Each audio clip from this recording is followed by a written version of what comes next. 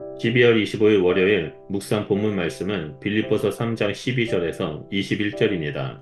앞서 바울은 그리스도로 말미암아 변화된 존재의 상태를 신앙 여정으로 서술했습니다. 이제 본문은 그 신앙 여정 과정에서 성도들이 어떤 태도로 임해야 하는지 자신의 경험을 통해 소개합니다. 바울은 과거 자신이 자랑했던 모든 것을 배설물로 여기고 그리스도 예수 안에 부르심에 합당한 사도의 직분을 감당해 왔습니다. 투옥 중에 있지만 고난과 죽음은 결코 억울한 현실이 아니고 도리어 그리스도를 본받고 있다는 증거였습니다. 바울은 그리스도를 본받는 과정에 임하는 태도를 다름질로 비유합니다. 이것은 바울 개인의 태도가 아니라 그리스도를 얻고 그 안에서 발견되어 그리스도를 믿는 믿음으로 하나님의 의를 덧입은 모든 성도가 따라야 할 모습입니다. 바울이 다름질한 이유에 대해 예수께 잡힌 바 된 그것으로 묘사합니다. 그 다름질의 방향은 다메섹에서 처음 바뀌었습니다.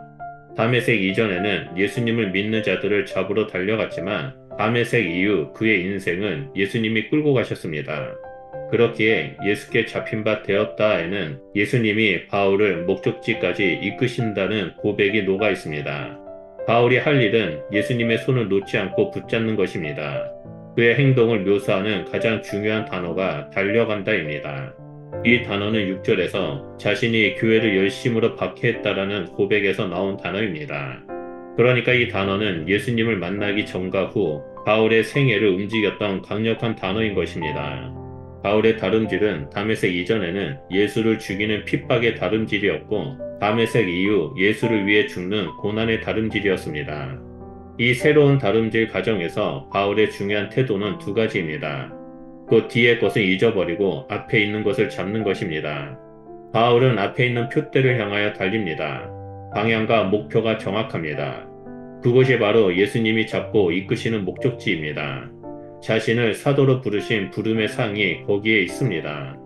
바울은 지금껏 자신이 표대를 향해 달렸던 것처럼 빌립보 성도들에게 다름질을 적극 본받아야 한다라고 말합니다. 바울처럼 생각하고 바울처럼 그리스도께 붙들린 삶을 마지막까지 살아내야 합니다. 그럴 때 하나님께서는 바울에게 그러셨던 것처럼 하나님께 옳은 길을 가르쳐 주실 것입니다. 바울은 누구든지 스스로 신앙에 온전하다 생각하는 자는 마치 과거 회심 전에 자신이 가졌던 자랑과 교만에 다를 바 없다라고 생각했을 것입니다. 그러므로 바울은 자신처럼 성도들이 믿음의 경주를 지속하기를 권면합니다. 뒤의 것은 잊어버리고 앞의 것을 잡으려 달려야 합니다. 그리스도에게 잡힌 바 되었으니 수동적으로 끌려가는 그 일에 대단히 능동적이어야 합니다. 어느 수준에 이르렀다라고 생각되면 반드시 그 수준에 걸맞는 신앙 윤리가 동반되어야 합니다. 바울은 지금껏 자신의 회심과 그리스도 안에서 신앙의 다름질을 논했습니다. 그것은 마치 선두주자처럼 신앙의 모범적인 다름질이었습니다. 따라서 그는 성도들에게 너희는 나를 본받으라 라고 자신있게 명령합니다. 이 명령은 자신을 높이기 위한 수단이 아니라 먼저 가본 사람으로서 자신이 경험했던 놀라운 하나님의 은혜로의 초청입니다. 바울은 자신을 본받고 있는 것이 꼭 그리스도를 본받는 것임을 확신합니다. 지금 자신이 그리스도께 붙들려 끌려가고 있기 때문입니다. 이어서 바울은 다른 사람들을 주목하라고 명령합니다. 주목하라는 것은 서로 격려와 경계를 늦추지 않음을 의미합니다. 바울이 본받아라, 주목하라라는 명령을 던진 이유는 바울과 그의 신실한 동료들을 뒤따르지 않고 달리 생각한 나머지 점점 곁길로 빠져 결국 그리스도를 잊어버리는 사례들이 있었기 때문입니다. 그것은 그리스도를 본받지 않은 것이며 그리스도의 십자가를 대적하는 원수됨을 의미합니다. 그 일이 얼마나 안타까운지 바울은 기쁜 탄식에 눈물의 호소를 얹어 진정 따를 모범은 바울 자신임을 설득합니다. 당시 빌립보 교회에는 복음을 왜곡해 사적 유익만 취하는 유대주의자들이 있었고 일부 성도들이 그 유혹을 받았습니다. 하지만 그들이 제시하는 길은 멸망의 길입니다.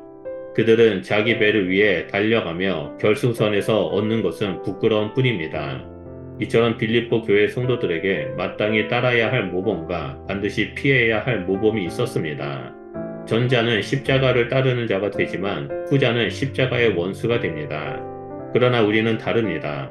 다름질 끝에 영광의 주를 대면할 것이고 부끄러움이 아닌 명예가 주어질 것입니다.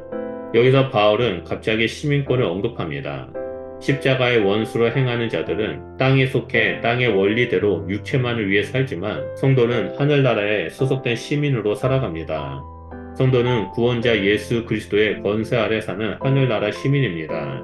하늘나라 시민에게 중요한 성품 중 하나가 인내입니다.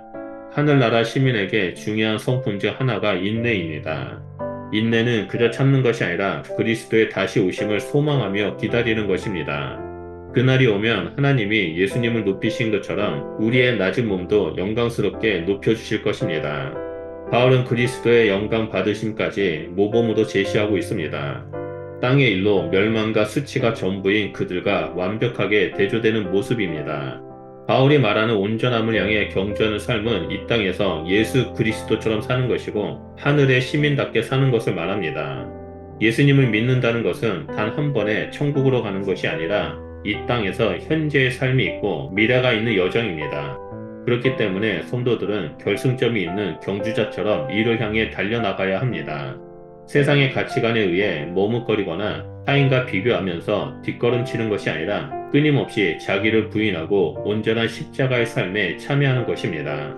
자기를 부인하고 그리스도가 내 안에 왕으로 통치하시도록 내어주는 것이 십자가의 삶입니다. 반면에 이기적이고 탐욕적인 것은 세상의 삶이며 십자가의 원수가 되는 것입니다.